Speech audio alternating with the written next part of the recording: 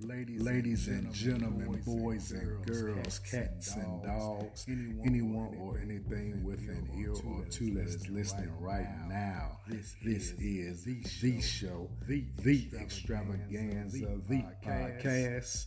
Sometimes I'm always right. Sometimes I'm always right.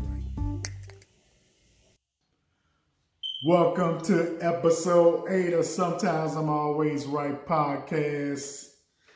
Sorry we were keeping y'all waiting, but we back, new episode, quarantine times. We all sitting at home, chilling. Hopefully we following protocol. But episode 8 is here, and we finna get into it. Let's go. My co-host in the building, what's up with you?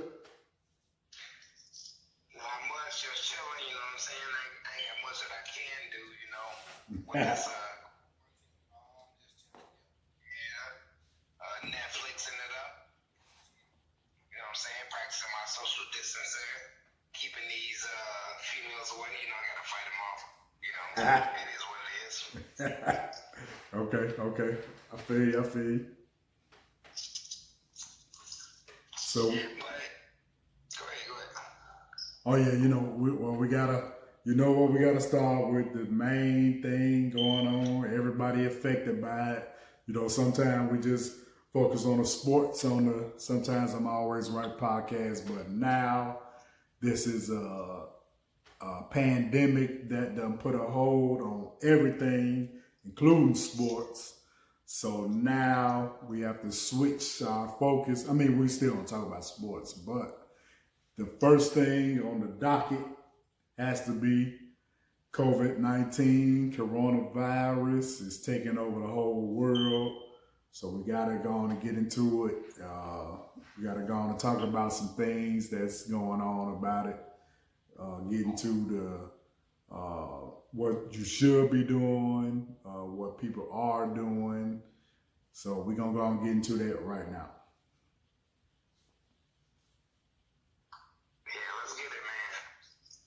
Yep. First and foremost, I think that everybody should sit down and read what your local city, state, municipal government is actually putting out. So if they say shelter in place, if they say don't go out for this curfew, between these curfew hours, whatever they put out, just follow it. Please don't be selfish, because it may not affect you, but it may affect your loved one or one of our loved ones. And we don't want to see anybody get hurt from this. At the end of the day, we don't know anything about this as far as, like how it can affect, how long it will affect us, Other than boredom and losing sports right now, the pandemic hasn't personally affected me. But I don't want to do things that could potentially affect somebody else. So I'm going to do my part to make sure that I practice social distancing and doing what I have to do on my end to keep other people safe. Oh yeah, absolutely. We all need to play our part. I seen the NBA commercials, talking about have you ever had a chance to play in front of millions or something like that. But, just like now it's your time to do your part to keep people safe. So we all need to just practice the guidelines. You already know, everybody know by now. Wash your hands, 6 feet apart, no crowds, stay at home. So just do whatever we can to get this done real quick, real fast, so we can get back to, I don't think it's ever going to be normal as we know it, but as close to normal as possible, so we can at least go outside and be amongst each other and have a good time. Right now everybody's stuck in the house, or supposed to be stuck in the house. So we trying to go to the next phase, get this under control, do our part, and just, do what you're supposed to do and not spread it, because some people have it and don't know. Some people are asymptomatic. Some people could be passing it to others. They might not know they have it. They might not be affected as others. You could possibly pass it on to your elders who are more susceptible to coronavirus. So, we just all need to do our part to control it and get it wiped out so we can go on with our normal lives, or as close as possible as we can to it. Yeah, I totally agree. Just do what you can. I mean, you could all potentially save a life without actually physically having to do anything other than doing what y'all normally do. Yeah. When you're home on the weekends, when you play video games, watching YouTube or Netflix, you can Netflix and chill, the next few weeks. Yeah. Whatever you do, just do it safely, practice it safely. Don't do anything outside of the guidelines right now, because this is something that we don't know how it could potentially affect us moving forward. Yeah. And you may think you're okay, and people that are in your household are okay, but it can potentially move elsewhere. And you can pass it on to somebody else, and then pass it on to somebody else. Like he said, Dirk mentioned that it's just, you never know who it could potentially affect. You may be protecting yourself and your loved ones, but you never know what happens outside of that, and how long we can potentially be stuck in this situation because people can't actually follow the rules because they want to have barbecues and parties and stuff like that. But that's a different story. As far as everything else goes, though, I really, really just wanted people to make sure that they actually took this part of the conversation serious, because I know there are a lot of theories out there, which we will get into in a little bit. You playing with something like this, you just don't want it to get into a situation where, like I said, it's not going to be front facing to most people, but you pretty much playing Russian roulette with somebody else's life. Yeah. This is America, a country that is, a great country. But a lot of us have, well, first of all, let me make sure I'm not saying myself. A lot of people in this country have underlying health issue, which you may not know about. It may even be a family member. You think like, hey, I'm doing this, and it may be funny to you, but to get really serious, you don't know your entire family's personal medical history. Yeah. It may even be your own mother may not have told you, or your father may have not told you something. Somebody may be going through something that they was waiting to be able to discuss with other people. And if you make these selfish choices in the moment to make a joke, I see the memes, I see social media, we can make fun out of a lot of things and have a pretty dark sense of humor. But some things just, you can joke about things, but when it comes to putting in certain things into practice, we need to make sure we're doing those things to protect everybody. That's to include you and your loved ones and everybody else's loved ones. So just make sure that you're taking this serious during this time. And not to lecture you guys, but we can move on from this warning. Yeah, it's real serious. Some people might not have thought it was that serious at first, but as the death toll keeps rising, we need to, everybody just take it serious and stay home, because you could affect your loved ones. And, some people might not even know they have health issues that will be affected by you transferring the virus to them. And then they in a situation where they in a life or death, and it's just, we all just need to play our part and just try to curb this and just get it over with. Maybe by May, June, who knows, we can all, get back to some sort of normalcy. But, we all got to play our part. We all got to do what we got to do, stay home. Only go out, if you got to go to the grocery store. I went to the grocery store earlier, got some food items, wipes for my baby, you know, just things that I needed. Got in, got out real quick. So, we just all got to play our part and just do what we got to do so we can get this over with and get back to some sort of normal living that we all are accustomed to.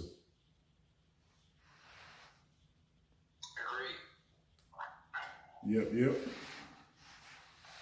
Oh, and while we on this, before we shift from the coronavirus theme, we both have people that are on our front line that are fighting this battle with coronavirus. So I want to give a shout out to my wife who is at work right now. She's a nurse.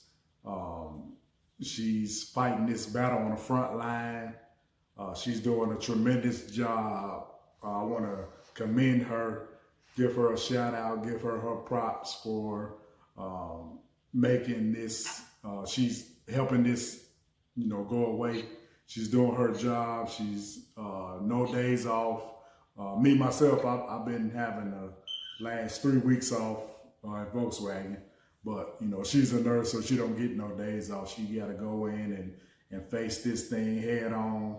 She's doing what she has to do to help the city, the country. So she's doing what she got to do. So I want to give her props. Props to you, Miss Derica Pullum Robinson, my wife. I want to shout out to her. Shout out.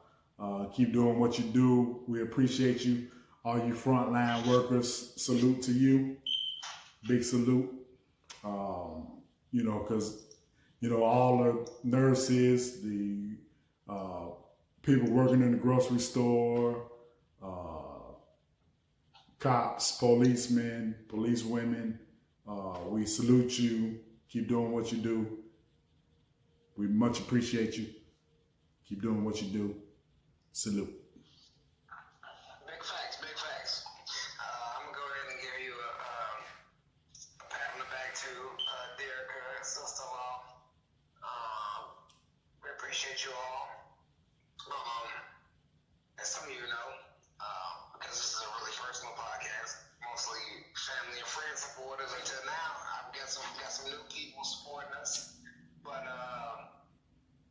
the mother of my kids, my two children, Bryce and Bailey, their mother Jasmine is a officer with I probably shouldn't go that far into it, but she is a police officer serving the community.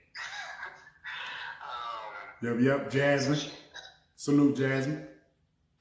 Yeah, Officer Collins, we support you out there putting yourself at risk every day to keep the streets safe. I know personally in this last, 2 years and some change, I've grown a fond of respect through learning some things firsthand and, just certain intricacies of how things should be handled, how they are handled, and the gray area that we think is, we all think certain things should be one way, and then policing and the justice system, it's not a perfect system, but there are officers out there who truly care and truly are dedicated to making sure that certain voices are heard, even if they are what some people may consider on the other side of the fence. But right now, regardless of what we think, the enemy isn't breaking laws. The enemy is killing people, and it is COVID-19, and it doesn't discriminate. And they are out there fighting against that. And the people who want to hurt us regular us regular law-following citizens. So just make sure that you guys out there, you're thanking these people. It doesn't matter if they're an officer, a nurse, if they're delivering your meal through Grubhub, if they are driving you with Lyft or whatever. If you're out there, if they're a flight attendant, if you're on one of these few flights that are still going around, just make sure that you're out there supporting these people. And if you can help and donate something to the workers out there, especially the fast food workers who are out there, with the limited staff, grind and whatever and whatnot, then do that. And if you can donate to the people who are probably without jobs, go ahead and do that. Yeah. If you know something there where we can help donate or help somebody, let us know that. Shoot us an email. Our email is always in our link on the podcast. We will gladly support if we can, and we can get our little subscribership up to get people to join and support as well. Anything to help out people. We're all here for each other, so anything we can do. It doesn't matter if you're, like I said, if you are a nurse, a cop, a EMT, a McDonald's worker, a delivery driver, whatever. Anything we can do to help out people during this time, it's not all fortunate to be able to keep an income or keep a job with this current situation. Economy is saying things are happening. We don't know what our future will actually look like, when this will end or when it ends. There's a lot of speculation going on. We just want to support the people who are out there doing what they, doing things that they're not required to do. Yeah. Because, truth be told, even if they aren't at risk themselves, they could be putting other family members at risk to support themselves. And you don't know everybody's situation, so it's just best to just help out when you can and just support. Absolutely. People that are, I want to say this first, before we transition. I know there's always naysayers to certain conspiracies and theories and situations that happen. Let's just not let this be one of them, Yeah. Before I get too far into conspiracy theories and 5G towers and things like that, I just want the people to just, reach out and do a little bit of research. Yeah. You don't gotta listen to me or take my word for anything. Go out there. The internet is a vast place. You can find anything if you're looking for it. Yeah. So go out there, look and research. It doesn't matter if it's about doing things that will benefit your health during this crisis. It doesn't matter if it's about supporting others. If you think it's fake, research their certificates. Maybe talk to some people. I've seen some people in my friends group that are military affiliated in one way or another, and most of you know somebody that knows somebody that knows somebody, and we have a very vast network that reaches outside of our actual like familial relationships and close friend groups. You have people from all over the world in different countries. Like, you have enough people to reach out to realize that stuff isn't fake. So when I see some of you peddling things without researching or at least talking to the people that you know and friends of friends, just reach out and make sure that you aren't saying something, because I would be pretty jaded if I lost a loved one to something like this and people were telling me that it was fake and it wasn't something that it was, and it was a cell phone tower or something like that. Yeah. But 5G. Yeah. let's just keep it, it doesn't have to be that personal. Like, you don't have to tear down this situation without, there's certain ways to go about things, certain times to go about things, Yeah. I don't know, it's a touchy situation for me because I think I'm very empathetic to the situation that people go through, and for me it's kind of hard to watch people crap on the situation given, even if it isn't directly affecting me, I feel bad about reading certain things, knowing that it's happening to other people that I know, even if it's not directly impacting me personally, because I still have I care for people. So just think about that, people. Yes, sir. Yes, sir. And I just want to add to that real quick. We know you might be missing your family at this time. You might say, man, I want to go see my mom or my brother or sister or, stuff like that. But, we just all got to be disciplined at this time. And one thing we've been doing, me, my brother, my co-host, my mom, my pops, my sister, we've been doing FaceTime, group FaceTime. The first time we did it through Facebook Messenger, just a little, FaceTime, just all get together on one call and, just have a good time, talk to each other. We actually, was it yesterday? We did a family game night. What was the app we used? Kahoot? Yeah, so we used Kahoot to play games. Yeah. One of my cousins, Martina Davis, set it up. It was so Kahoot. I don't know if you guys are familiar with Kahoot. It's a downloadable app. You can use the website, but you can create your own quizzes or find quizzes or questionnaires that are on there. Mm-hmm. You guys can answer it. You can we use Zoom to share a screen, so one phone or tablet or computer can be used to share the screen to present the questions, and then everybody else is in the video chat on Zoom, and they're on their personal phones, and they're answering the questions. So that's something that you guys could implement to interact with each other throughout the day. We are all already separated anyway, so it's not like the social. The social impact has impacted us first because we all have moved on from places that we were born in. We're all from Chicago originally, and Florida, Tennessee, Indiana. Am I missing anything? Florida, Tennessee, Indiana? No, I think that's it. That's it. Okay. Yeah. And we all reached out.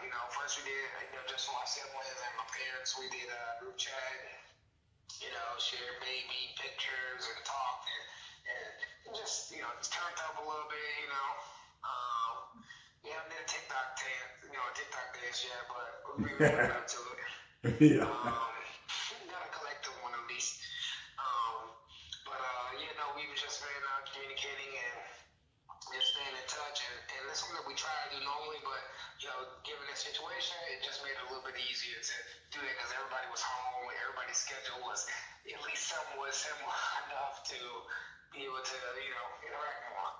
And during this time with everything that we discussed, we found an opportunity to play a game during that conversation, and that's what sprouted it out. We started with it just being our siblings and talking and playing. I think we played Taboo. Yeah. And what's the other one? Play catchphrase first. We got catchphrase. We ended up playing Taboo. Yeah. And after discussing it, we brought up some more family members, and we just spread it out to all of our cousins and everything. And we have a pretty tight knit family, at least. A lot of cousins, they're like sisters and brothers and everything. So, aunts and uncles, we reached out, and we just got it done. So we ended up having 16 people on there, a few different families, teaming up and playing personally, just playing playing on the Kazoo app, doing questionnaires and trivia, like Trivial Pursuit. But you can go in there and choose whatever topic. We were doing state quizzes, world history, black history, sports, name a few other things. But it was a fun time. So don't let this be, there's no reason to go ahead and break the social distancing structure that is set in place by your local municipalities or whatever. Just follow it, you can reach out, you can still interact with your people, just do it safely. Yeah, just because we social distancing don't mean we can't take advantage of the internet. We can all stay connected and, have a good time with each other. It might be virtually, but, we can still, kick it with each other, have a good time. I've been doing shot challenges. We can always, connect with each other through Facebook, Instagram, Twitter, whatever you use, or we downloaded the Zoom app, everybody, yesterday to get connected through that. Like I say, Kahoot. I think it's KAHOOT. You can look that up. You can play games with your family, all through the internet. We just had a good time. Some of my cousins I hadn't seen or talked to in a minute. We got virtually connected through the internet. We just had a good time. So, we all got to take the precautions, just to try to get it over with, and, normally I would have probably took a trip to see my mom, pops, my brother in Indiana, but, during these times, we gotta, stay home, do what we gotta do. We can connect through the internet, see each other, talk to each other, and just, do what we can to get this over with as soon as possible. So then we can, branch out and travel and do the things that we normally do to, interact and connect with each other. So, we just got to do what we got to do right now. We're going to get through it, everybody. We're going to be all right. Just do what we got to do for now, and then we can do what we want to in the near future. And I know these kids, I gotta say this, I'm sorry, y'all, but I know these kids driving y'all fucking crazy. But just realize what us normal parents who do this stuff all the time go through. Yeah, true. we can't always send the grandma, we be doing this stuff, sharing, co-parenting, you gotta deal with the baby mama, you gotta deal with the ex-wife, we out here doing what we gotta do to take care of these kids. And now we gotta take care of them, do homework, and do schoolwork. Come on now, I gotta pretend like I'm at school with you in class, and I gotta bring you home, and we in the same place, we never went nowhere. Come on now, that's 8 hours a day. It's like I'm teleworking, so I'm teleworking, I'm doing my job, now I gotta be a teacher, and then I gotta be a parent again. Come on now, we struggling out here. Yeah, bro, the kids. Pray for us. Yeah, the kids might be getting on your nerves right now, but just think it's just temporary. You got to deal with them, just like your teacher deal with them. So I know some of y'all probably be saying, "Man, that teacher was." Yeah, the teacher was probably right about my kid, because this kid getting on my damn nerves right now. Hey. My son teacher ain't shit about like, please take them back. I'm gonna send you a teacher appreciation gift. Right, yeah. Y'all buy your mama gifts, and y'all ready to send a teacher a gift. Right, yeah. Shout out to all the teachers. We know we give y'all a lot of flack, some of us parents, but shout out to y'all for dealing with them 5 days a week for the 7-8 hours that y'all do. So so we got to take y'all slack right now. So we appreciate the teachers. Salute to the teachers. Oh yeah, definitely salute to the teachers and salute to the parents too. I just had to pick you off a little bit, because I know some of y'all probably definitely be like, damn, I need to get rid of these kids. Yeah, y'all probably don't even want the child support right now. Yeah. Please take them. They go some other fathers. I'm not there. Either way. Yeah. Yeah. I know me personally. I've been dealing with. I got my son is he's a little bit of trouble, but my daughter is definitely a demon. They gotta try to do Zoom chat and do homework while we on the chat. I'm trying to hold the phone, help with trace stuff, and draw pictures and colors and read books. That's like, come on now, that's too much. When they told us that, hey, there was I got an email that said there would be no more Zoom due to system issues and blah blah blah and stuff that was on the news. And I was just like, look at God. Because Bailey, I'm sitting on there with Bailey like she jumping up and down, she's screaming. I done tried everything, I done been like, oh, let's compromise. I done tried the new school parent, and then I had to revert to an old school parent. I'm just like, yo, ain't nothing gonna give. I just gotta, all right, teacher, I'm gonna holler at you later. You saw Bailey. See you next weekend. But I'm so over this. My son actually has been going through this stuff for a while, so the homeschooling situation that we're in right now isn't too difficult. But trying to have a preschooler do a packet on video chat, come on now. Oh yeah. She already trouble, period. Let alone trying to do it this way. Yeah, I've been at home dealing with Deasia. You know, that's my wife's daughter, my daughter through marriage. Shout out Deasia. You know, she's a handful, but you know, we got to do what we got to do right now. Also, I want to shout out my son. I'll try to go see him earlier today, but he asked me, did I go take my test for coronavirus? I almost cursed him out. I did curse him out. James the third, shout out my boy James. Talked to Jada Saturday. Well, not Jada, Jayla. I always get them mixed up. Jayla, my daughter Jayla, she's been doing her homework, getting it in on time, making the best out of her current situation. So shout out Jayla, shout out James the third, James Robson the third, my namesake, Jayla. Shout out Jayla. You know, I got him tatted on me, James, Jayla. My son Jeremiah, R.I.P. And y'all know Jada, the bad one, the young one.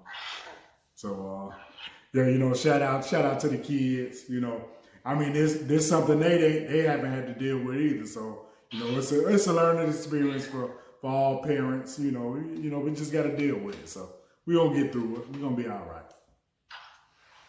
Facts. Most importantly, like you said, we as parents have to understand that this is something different for them. Yeah. Because, you know, I mean, school should still be in session. Yeah, right. I don't know about other states, but right now the kids out of school for the rest of the year in Indiana. So, Yeah. you know, it's just something, you know, dealing with friends, participating in the energy out. They got gym. You know, take these kids outside. I know social distancing is a thing, but let them go around, let them go for a little walk. I don't care if y'all doing exercise in the house. Let them burn off some energy. Let them gotta do to, you know, get that kind of energy out. Make sure they're getting, you know, not only getting the education aspect of it, but they're getting the physical aspect of it if they were out moving around every day. Like I know my son is a fitness, so he's like, I normally have X amount of steps a day. I won't be having this much, so now he be like trying to walk in place to keep his steps up. So I'll be like, all right, because you know, he gotta force me outside to do something. You know, I'll be teleworking, so I can only do so much legally. Yeah. But yeah, so just get out there and you know, make sure you guys are taking appropriate measures and still doing what you gotta do for your kids, because family should be first during this time period. If you learn anything or you keeping things sacred, family should be first during this time. Yeah. I've been yesterday I took the kids outside, let them play for about an hour. That might be a little more than what they used to, but I was trying to wear them out so I can chill for the game night and give them a drink on while they was winding down, take a little nap. Also been FaceTiming with the kids, with Jayla. She's in Indiana. They actually canceled the rest of the school year, like you said, for Indiana, so she's in there too in Indiana. Been FaceTiming with her. She's been doing her work, staying on top of it. James also. But, you know, just, you know, we gotta, you know, these are what is it? Unprecedented times. So, you know, it's something new to everybody, to the parents, to the kids, to the grandparents. So, you know, we all gotta just, you know, just do what we gotta do during these times and make it work. And hopefully we'll get back to some type of normal way of life as close as we can get in the near future. So, you know, we all got to pull together and do what we got to do. Yeah. So, moving on from that, next topic, we have first of all, before we even go into specific sports, we have to acknowledge the fact that we have no sports. Yeah, coronavirus has robbed us of all sports at the moment. Baseball season should be starting the first week right now, but Coronavirus has put it on hold. Y'all see, I got my White Sox. You know how I do it. White Sox. You know what I'm saying? It suspended the. I seen it before the podcast started, but I'm just like, oh, I'm glad I ain't got to see it again. Oh yeah, White Sox. I only mess with certain Southsiders. Luckily, my blood, Right, my Cubs, my brother, he's a Cubs fan, so whatever. But my pops too, whatever. It's the first game. It's the first baseball game I ever went to. Okay, well. Oh, gee, my granny took me to several Cubs games, so by proxy, I'm like, hey, I'm fucking with the Cubs.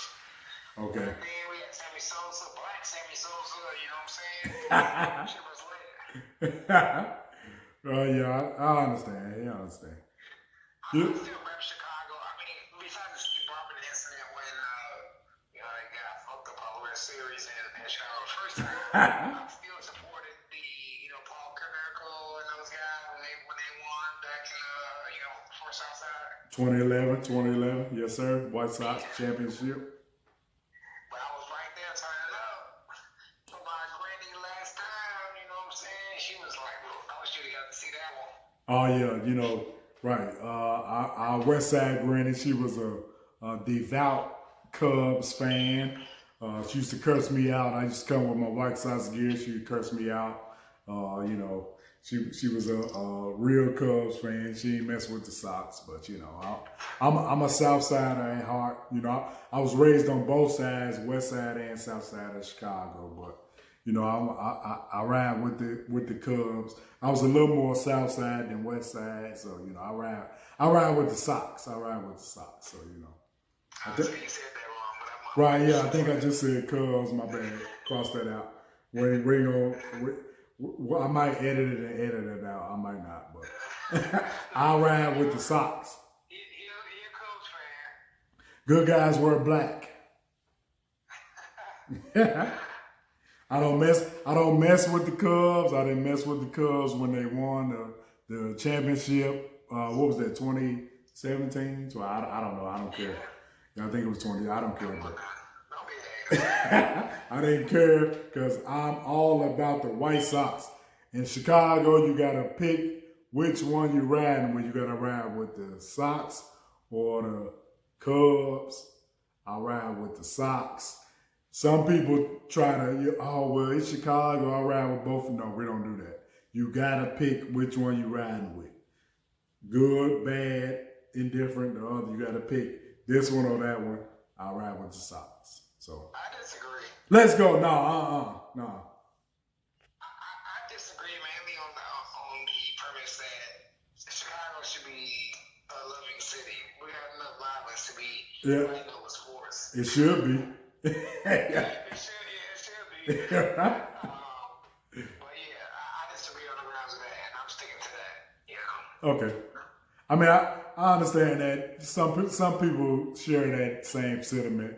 I think my Uncle Nick, I was talking about the Sox Cubs rivalry a couple of years ago, and he said, I'm Chicago. I ride with Chicago. Both, but I don't see it that way. I pick. You got to pick and choose. I pick the Sox. I ride with the Sox. I don't care about the Cubs. I don't rock with the Cubs. I don't watch the Cubs. I'm strictly South Side, 35th. Ida Projects, 39th Street, low end, but 35th, that's right up the street. I ride with the Sox, baby. Let's go.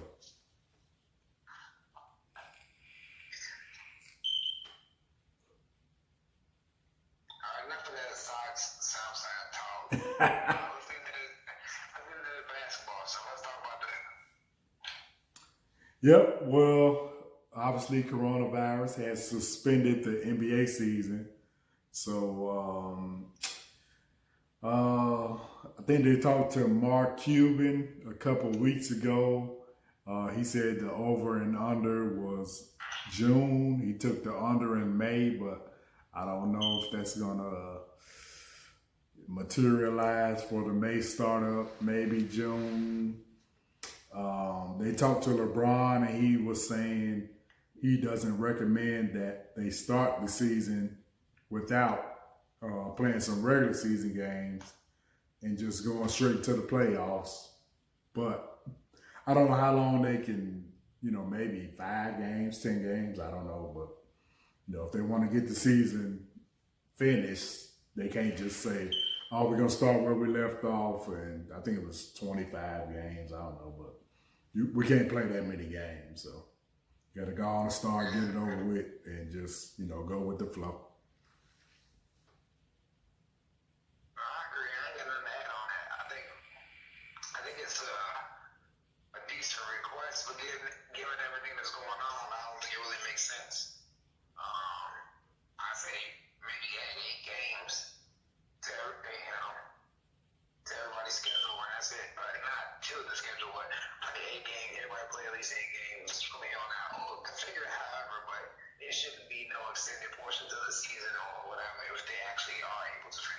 Nah, because, at this point, it's like, okay, we can start it if we can. They got to see if they're going to do it with fans or without fans, and you got to deal with the travel and all that. But, I would do something entirely different. I would do like a 32-team format. Like everybody that's in the league get a shot. Do like March Madness. Would do like a best out of 3 for the first round. Best out of 5 for the second round. Best out of 7. Maybe best out of 7. Best out of 7 only in the semifinals. Oh, okay. Well, that's a option that they could have, but I think they're just gonna do like. Well, now that LeBron brought that up, so obviously the commissioner are gonna listen to LeBron. He's the elder statesman. It's always about money, so they what they may do. Right. Yeah. I think they don't want to mess up the integrity of the game, but true. You have teams that were really competing for those 8, 7, 6 spots. That things could have definitely been altered if they would have been given an opportunity to be consistent.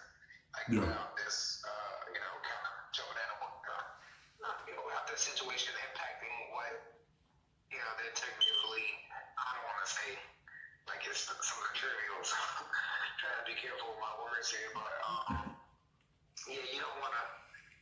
You don't want to just say like, the season ends here, and these teams are like the same record. They ain't gotta go by like who scored the most points. Let's say they have the same division. They both are second in the division. This many games won. They gonna be like, who got the most points scored against them? Like, come on now, you don't want that to be the decision factor for who potentially gets in the playoffs to win the title.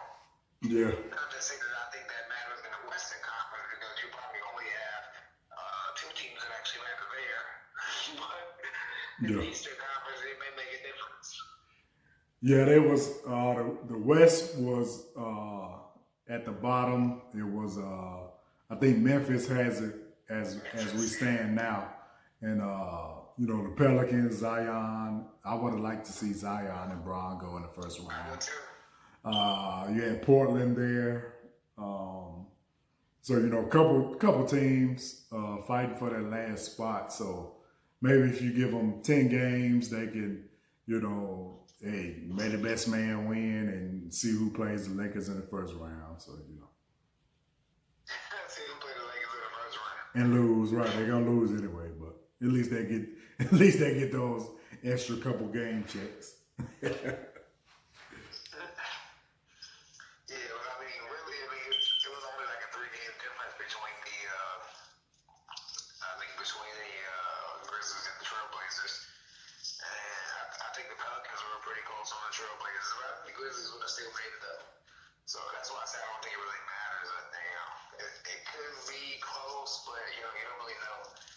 Situation how they could have been impacted without like this break or rest if they do get all those games back to like refresh or whatever. Yeah, the Pelicans. I thought the Pelicans was going to get it before we had the coronavirus stoppage, I guess. But they lost, I think, like 3 of their last 4 or 5 or something like that, and they dropped out of the 8th spot. But you know, like I say, it started back up, 10 games, then playoffs, and just let's go. You had 60 something games, so I mean, you could do. I mean, of course, Zion wasn't there for the whole season, but hey, better luck next year. Well, the Trailblazers was actually above them. I'm looking at it, and they were 4 games back. Okay. So, from the Grizzlies. Okay. So, I mean, you never know. Strength of schedule, you never know what the end of the stretch looks like to what could have made them be the actual playoff team. Man, I think the Trailblazers was pretty fucking critical last year in the playoffs. Yeah. Yeah, and that man Dame, he's a bad boy. You never know what he can pull off. You never know. Yep. Oh, well, speaking of NBA talk, they did a poll with the best player to wear number 1, 2, 3. They went on. Of course, they did. I'm gonna bring this up now. Of course, they did 23 with LeBron and Jordan. We don't need to go into that or argue about that.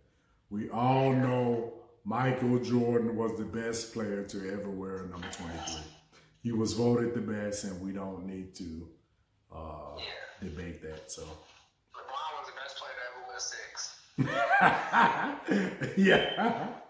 Hey, no, actually, why don't I could look it up real quick, but anyway, I think Dr. J got that one, number 6.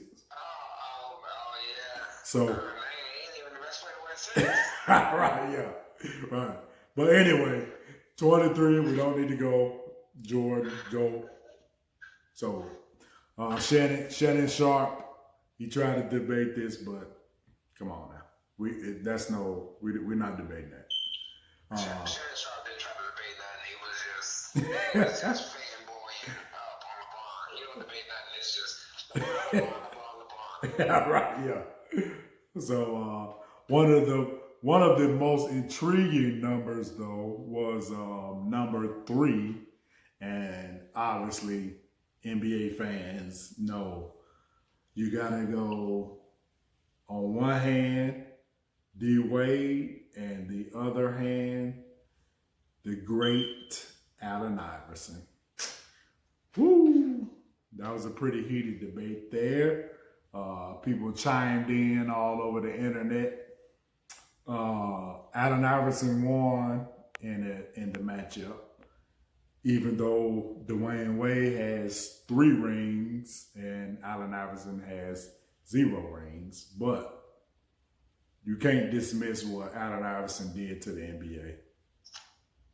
Not at all. You cannot. Not at all. No. I think anybody that disagrees with that, I think we just did not watch it. Yeah. You could not have watched Iverson play to say those things. You can't. Yes. That man. Post Jordan, Kobe was a beast, but post Jordan, Iverson was the reason why a lot of people even started watching the league. You got the young generation of kids that he engineered. Kids wasn't messing with Kobe. I like Kobe. I respect Kobe. I love Kobe. I didn't used to like him, to be honest.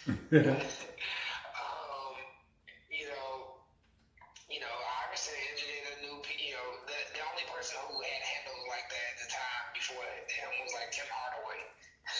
Right. Yeah. Come on, then you got the Iversons and Stephon Marbury. It ushered a new generation. It's just like Steph Curry. No matter what you say about Steph Curry or about that team or what they accomplished, there's certain things that when you mention people with names, like you mentioned Curry, I don't know who else wore 30 to it that you would be like, oh, number 30.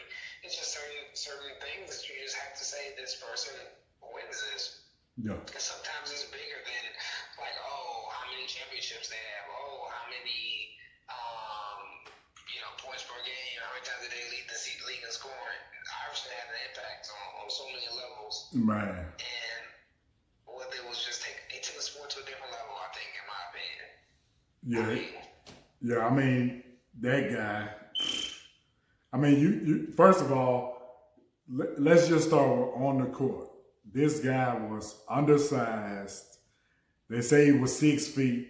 I'll give him 5'11". But that guy was so fearless. He went in the paint.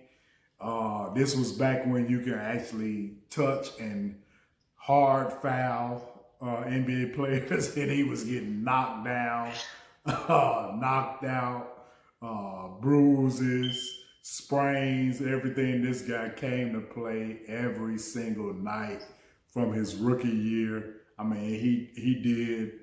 He I mean, you can't take away his impact on the court. Then you got to go with off the court. The man started the tattoo trend with the sleeves, the arm sleeves. He started the cornrows. The man, they made a dress code for this guy because other NBA players starting to wear baggy clothes and jerseys to the press conference and do rags, and they said, "No, we gotta, we gotta stop it. We can't dress code." They should have named it the Allen Iverson rule. So this guy, he was such an icon. Matter of fact, I just pulled up my homie Mike for four. Shout out my guy, that the sneaker king Mike for four. He made a post about it, and I want to read what I said. I said. AI was an icon. He changed the game. Tattoos, arm sleeves, cornrows, off the court, the hood fashion. I said they made the dress code because of him. He was one of a kind. The majority of the NBA today looks like him. Now, Wade was a monster from 2005 to 2010, 11. I give him 11. That was the first year the Heat won the championship. But that was just a 5-year like that. During that span, he was killing, but then he ascended and then fell off. But Iverson, he did it for a long time. Took his team to the finals, and that team wasn't, it wasn't an all-star team. It wasn't too much to brag about. Yeah. So Iverson took that team to the finals and beat Kobe and Shaq. That was the only game they lost during that playoff run, was to Allen Iverson and Aaron McKee and George Lynch. Like Tyrone Hill, like, come on, man. Iverson was that dude, man. We gotta pay respect to the great Allen Iverson, AI.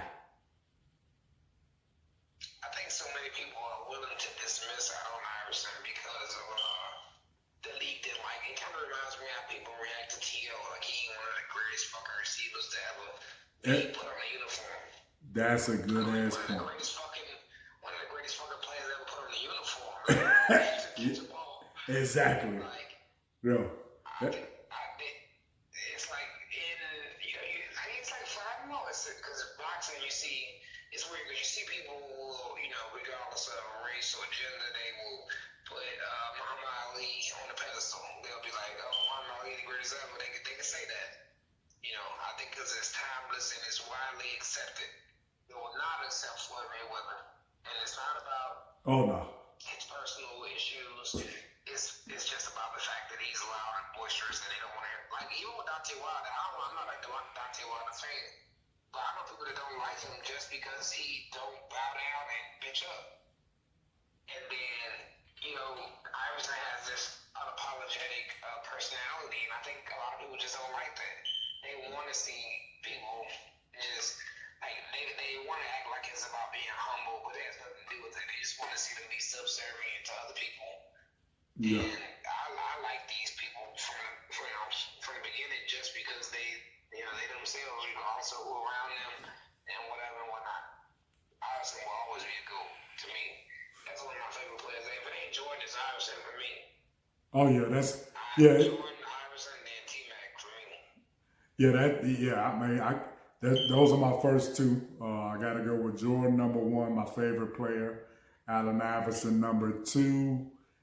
And I gotta go with my boy LeBron. LeBron James, number 3. That's my guy, man. Oh, wait.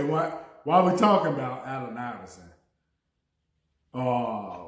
me and my family, my brother, my mom, my pops, we actually moved to Virginia. We was born in Chicago, raised in Chicago, but we moved to Virginia in '93. And when I got to Virginia, everybody was talking about, oh man, Bubba Chuck. You gotta see Bubba Chuck. I'm like, who is this guy y'all keep talking about, man? Like, what?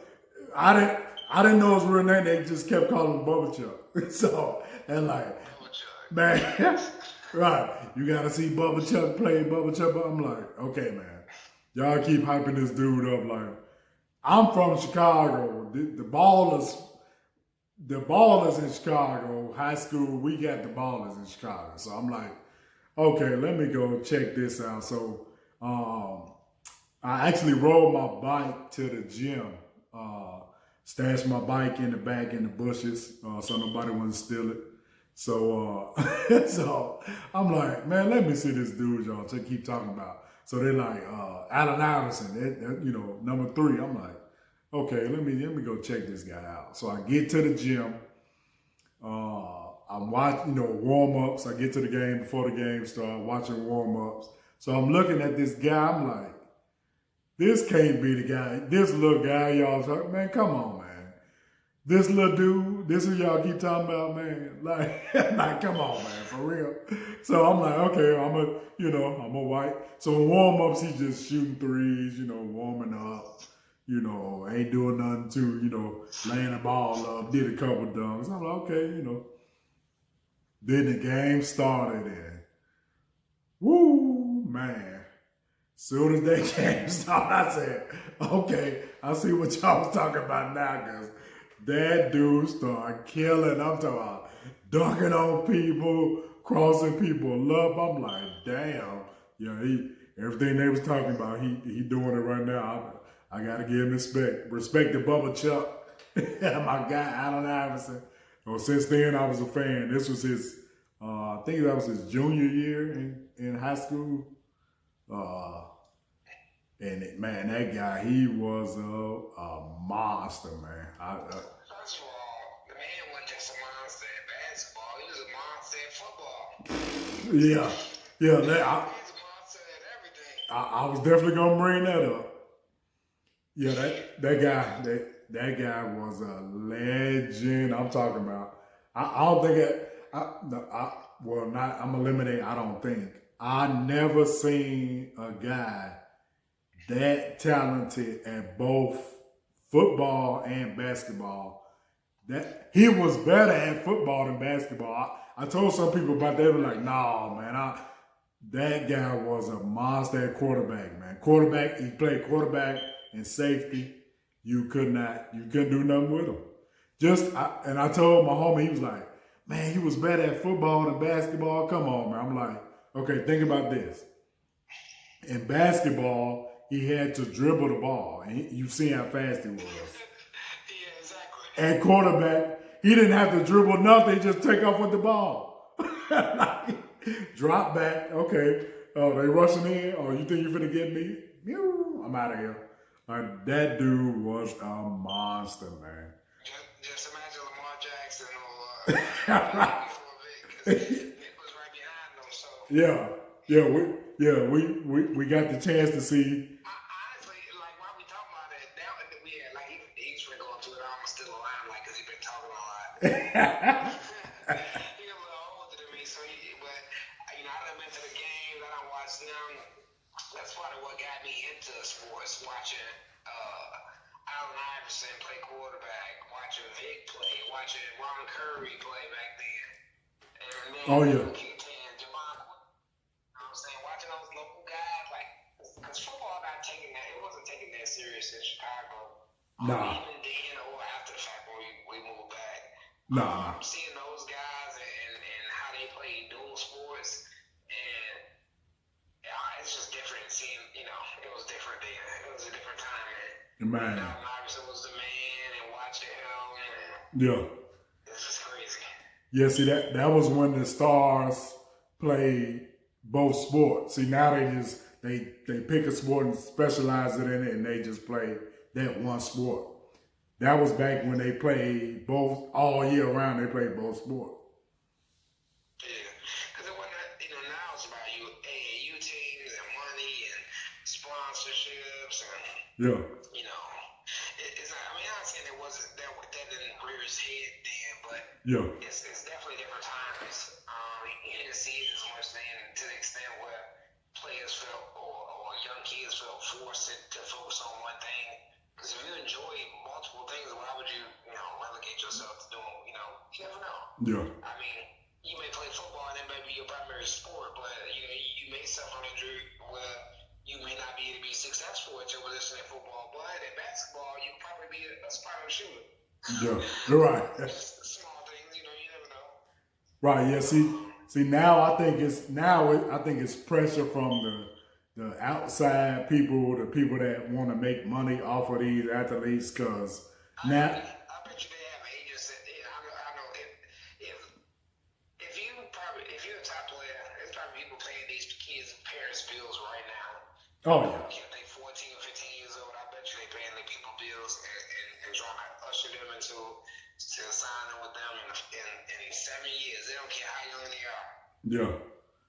Right. You see how James Wiseman, the forward at Memphis, got in trouble for taking money to help him move from Penny Hardaway.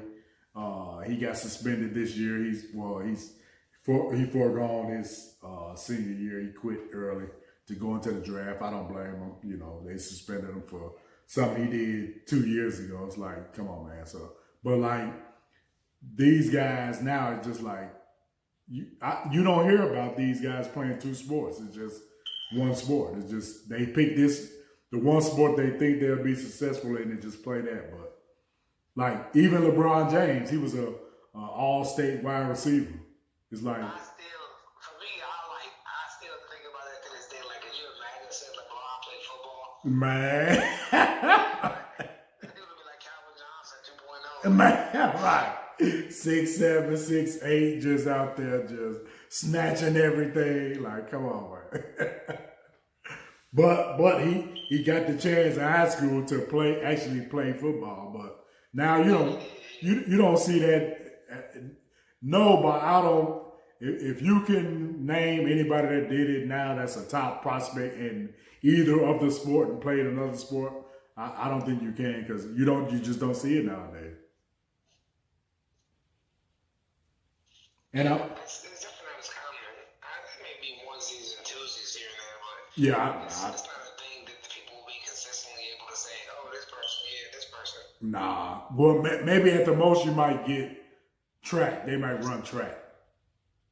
Yeah, because most people run track to stay in shape with other sports. That's different. Yeah, you're like football players, but like you're not getting no 5-star football player that played basketball or baseball, or no 5-star basketball player that played like. You may get a baseball football player, but that's probably it.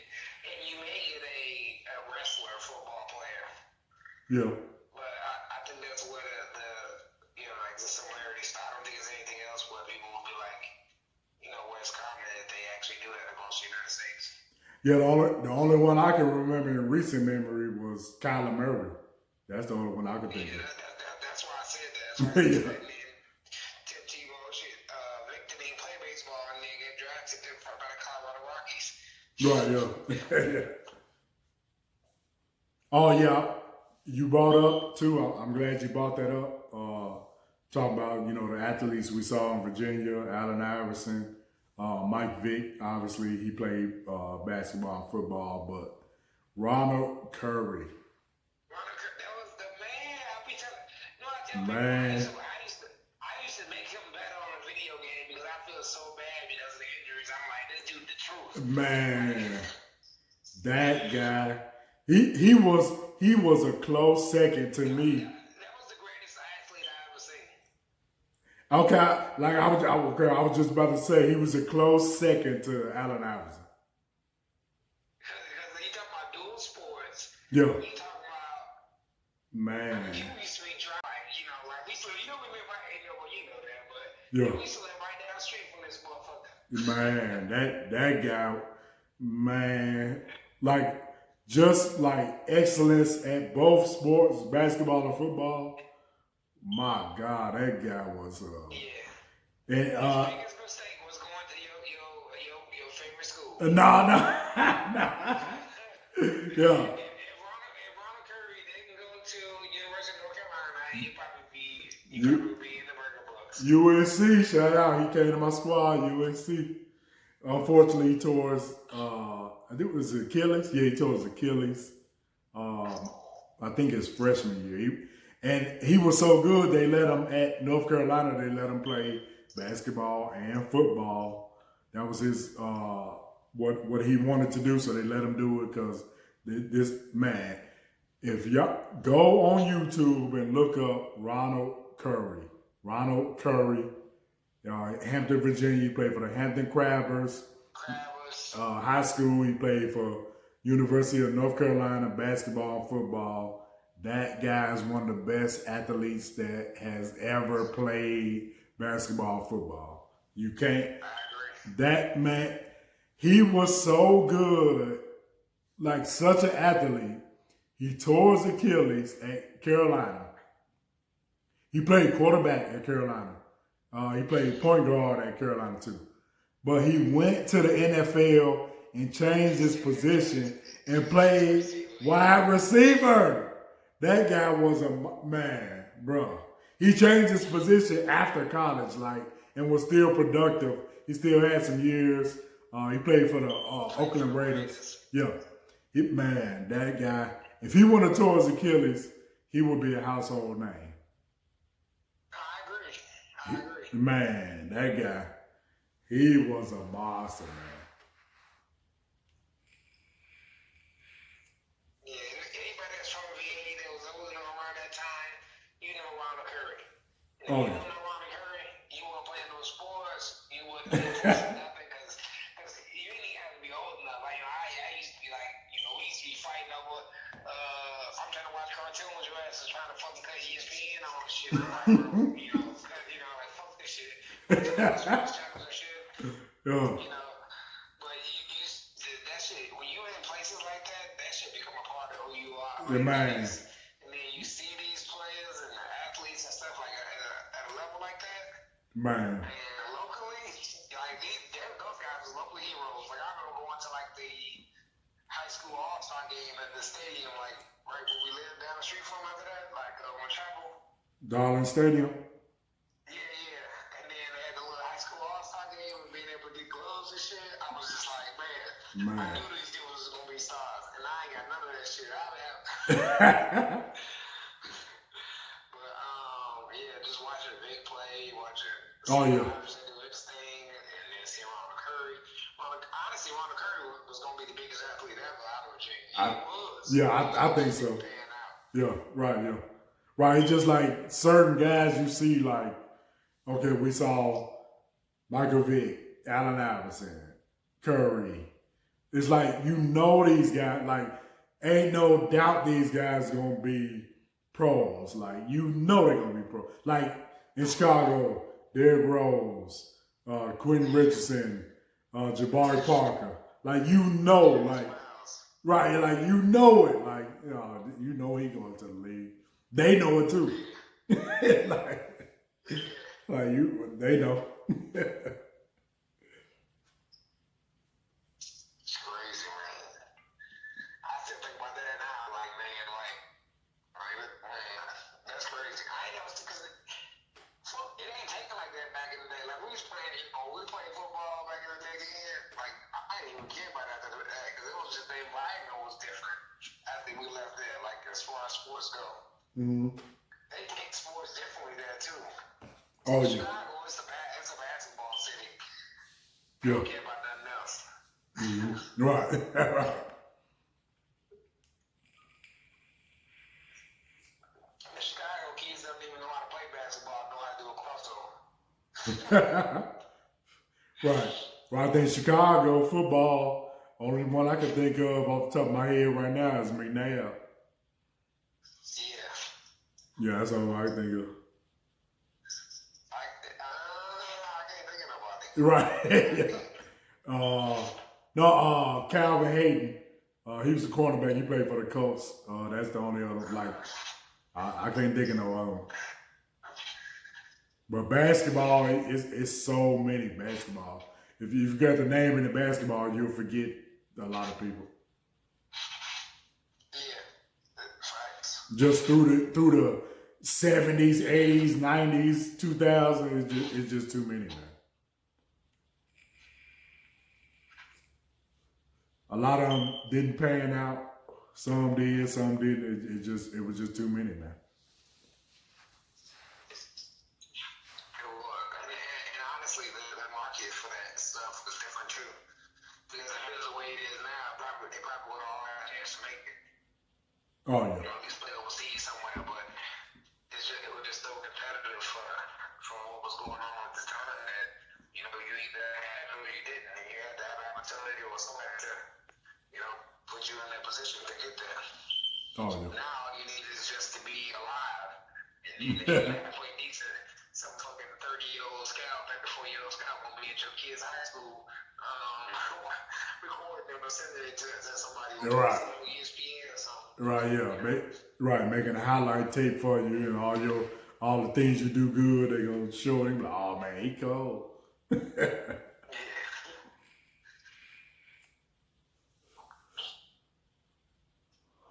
Yeah, man. Coronavirus done mess it up. I miss sports, man. But I know, right? We just got all nostalgic. Went back like 15 years. right, yeah. Right, went back to the 90s.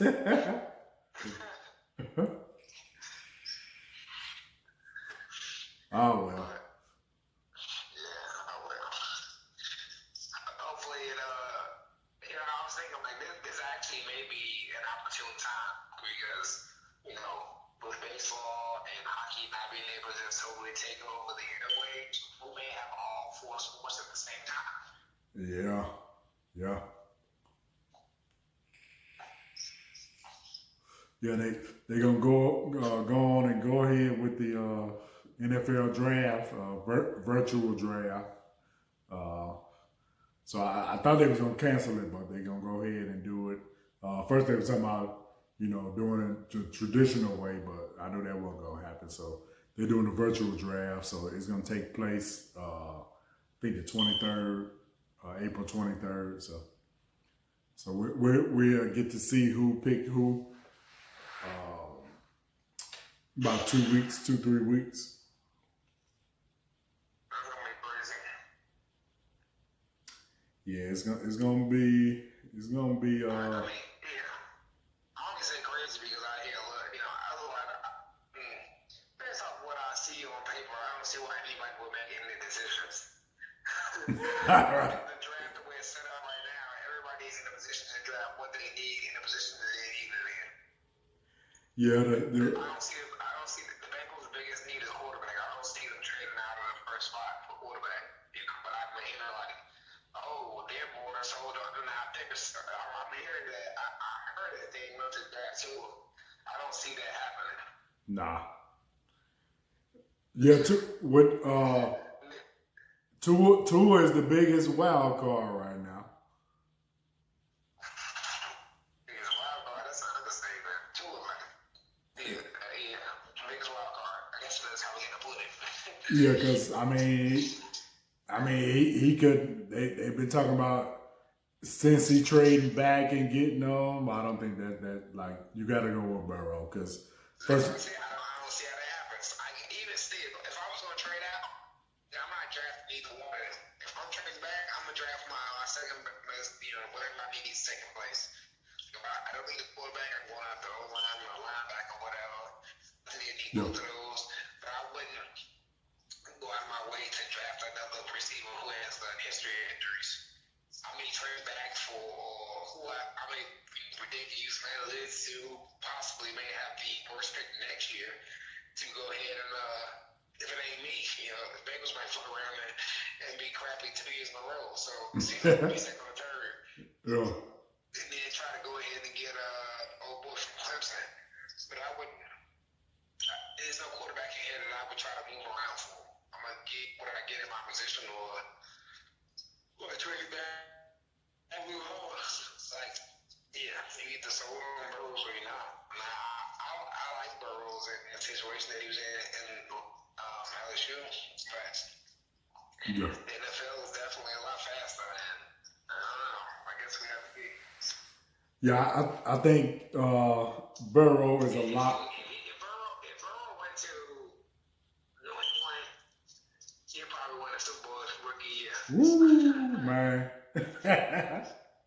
Yeah, with Bill and what's the offense coordinator?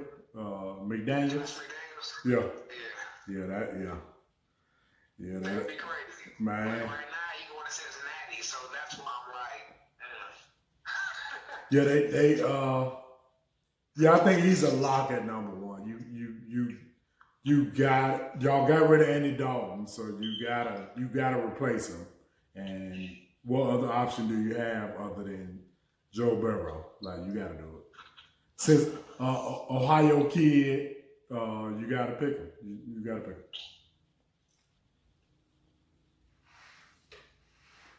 I heard people talking about the Dolphins might be trading up. Dolphins moving out. Nah, yeah, I wouldn't take. I'm not taking. No, I'm not doing it. I'm not taking no picks. I'm taking Joe Burrow, and we're gonna go forward with Burrow and see what it do. Now, I also heard that the second pick, Washington, might be thinking about trading up to get Tua, but I mean, they drafted Dwayne Haskins last year. He did all right at the end of the year last year, but yeah, I heard it's like that. I don't know why they would do that. Yeah, I wouldn't. Honestly. Yeah, I can't give up on him. I would trade down.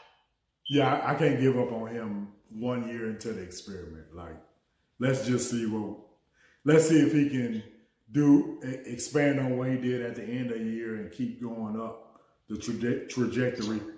But So no. if you are Washington, would you trade down, or would you go ahead and draft old boy from Ohio State? Oh yeah, I'm Chase Young all the way.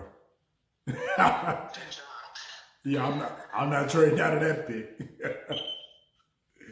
Because I think Chase Young is going to be the second coming of Khalil Mack, Chicago Bears. I don't know about that. Yeah, I think that guy. Woo! And just think about it. They had the year before that, they had Joey Bosa, and he wrecking havoc right now in the league, and he doing better than he did. Right, yeah. Yeah, I can't. I'm not trading out of two. I'm picking Chase Young. And yeah, I mean,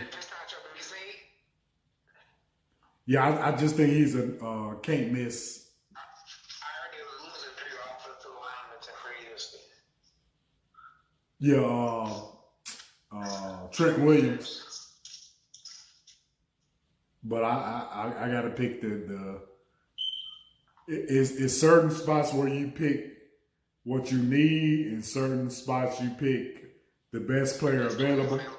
Yeah, I'm picking the best player available. If Burrow wouldn't have did what he did last year for LSU, I would pick Chase Young number one, because he is a game changer, game wrecker, game breaker. You can't go wrong. You know who I want to see in the NFL though, man? Out of defensive linemen, I think Chase Young are really good. I gotta see him in the NFL, but I like Derek Brown, man, from Auburn. Oh yeah, he's a stud. For as big as he is, he's super fast and strong. It's just a crazy combination. Like, Yeah. seeing that, it's like Aaron Donald 2.0. Man, he gave us the toughest game we had last year. Offense. What? I'm watching the guy. I can't even tell what number he was because his jersey number was stretched out so far. Damn, it's number 5 again. That jersey was like, it was like 8. You could tell it was 5. Yeah, man, he was balling last year. Every play was back there or disrupt or something or making somebody else react to him. So if somebody else could disrupt something. Yeah. It was just crazy watching him. They're gonna be crazy NFL talent. Like, Yeah, I foresee him going being the top defensive lineman drafted in the following year. Yeah, you gotta double team that guy. You can't. If you single block him, he gonna wreck your backfield, your running game, passing game. He disrupting all that. Yeah. Yeah. I'm waiting to see. It's gonna be different without teams being able to bring the player in and work them out on their own. So they're just going based off combine and film from college. So it's gonna be a little different this year. So the GM's gotta be on their game, or they probably be fired next year. We always got the worst GMs. Hey, sure, we ain't gotta think too hard because we ain't got no damn first round pick, but. Oh yeah, of course. But that trade was still worth it. Oh yeah, Khalil Mack. Yeah, I'll take it. Our biggest need is quarterback, but I'm hoping that Foles actually come through. Oh yeah, I think Nick Foles gonna do way better than Mitch and be a way better reliable quarterback without the turnovers and missed throws than Trubisky did last year. I think we good. Well, I don't think that's a hard job to do. Hey, you're right. Hey, cut down a couple turnovers last year and a couple missed throws, and we in the playoffs. So. I had somebody tell me, for starting to me, I had a bad news, good news kind of thing. And the same week, I had a Bears fan tell me, I don't know what's wrong with y'all, why y'all ready to get rid of Mr. Trubisky so fast. He is not done with the wrong yet. I said, first of all, stop talking to me. Because clearly you're not really a fan because you have not been watching anything. Now, I was saying that, and then as the year progressed, it was just like, geez, you can only say, damn, so many times before you bleed blasphemous. The brand. You let one GD slip, and it's like, all right, cool. And you keep saying GD, it's going to be like, all right. Like, Trubisky just, anytime, him around J. Cole, like, you got everything on, your opportunity to do something to succeed. They got the lead, you got this, you on the other side of the field, game could be closed out. You throw a pick 6. What was J. Cole? Man. It's like, I'm gonna force this ball into the corner, but underthrow it.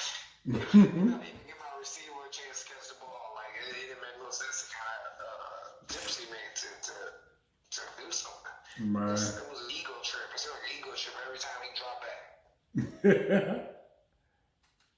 And Trubisky just I don't think got the same ego. I think he's just not as talented. I think he just got a strong arm. I don't see any other redeeming qualities that would make me want to draft him or keep him as a quarterback. Nah. Strong arm and no sense. Yeah, it's like, okay, we draft him based off potential, but two years into this thing, it's like, okay, this potential not kicking in, so we gotta go on and move on in another direction, man. Like, okay, he was okay his first year, then he got worse. It's like, it ain't, you supposed to go up, like, oh, I'm getting better and better, and that's like, he going on a downward spiral. It's like, nah, I'm through. I'm through, man. I'm done. I'm done with it. That's great. Yeah.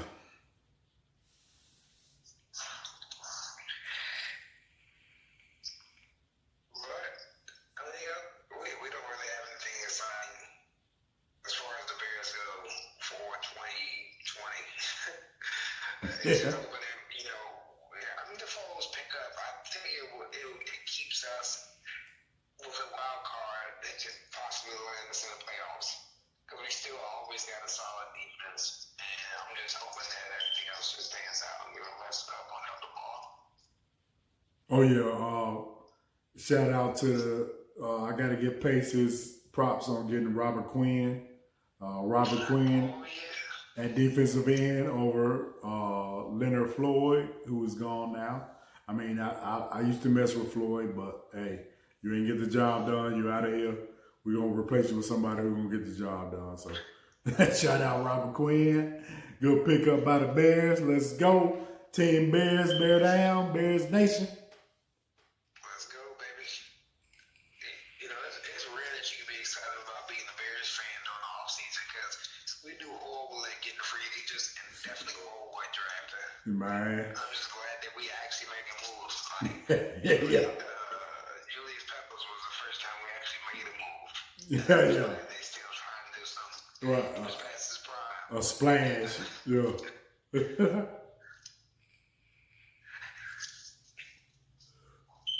Yeah, I think with the addition of Quinn, the defense gonna be even better, which was pretty good last year, but we didn't. Offense didn't help us out too much, but I think with Foles, he won't turn the ball over at the rate Mitch did. So I think we'll be all right on offense. Yeah, that's my hopes too. Yep.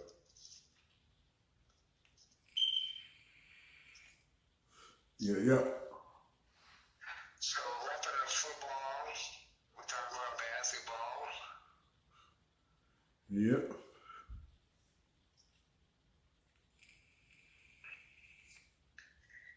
We got something special for you guys playing. I don't know if I want to announce it yet. I think we're going to wait till the next podcast when we do a more personal podcast.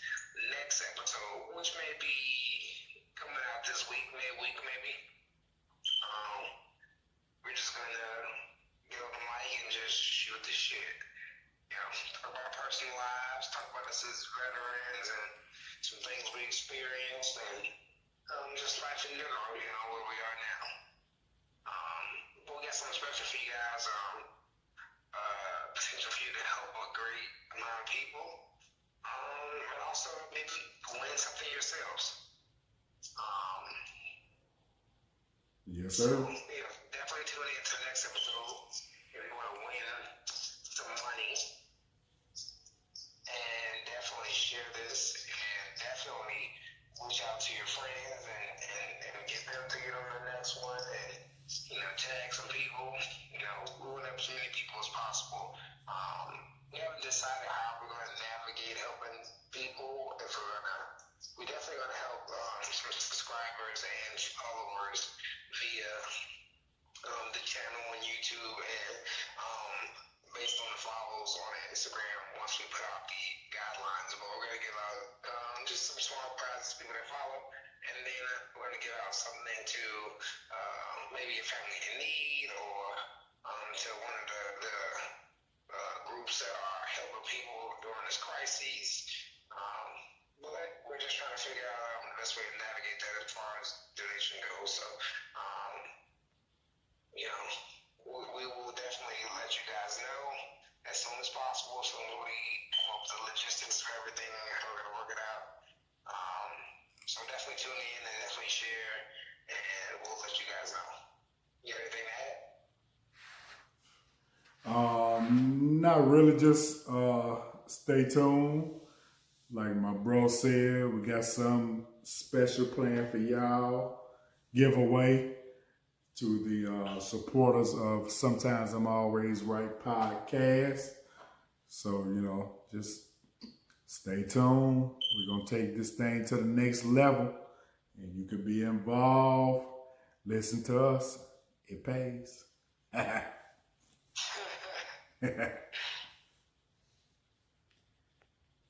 Yes, sir. Alrighty, catch us out. Signing out. It's your boy Brolic. Yes, sir. Salute, bro. It's your boy, James Robinson. Young Dirt Music. Instagram, Twitter. Y'all know. Follow me. I'll let you, boy. And y'all already know, sometimes I'm always right. Cheers. Cheers to our viewers and listeners.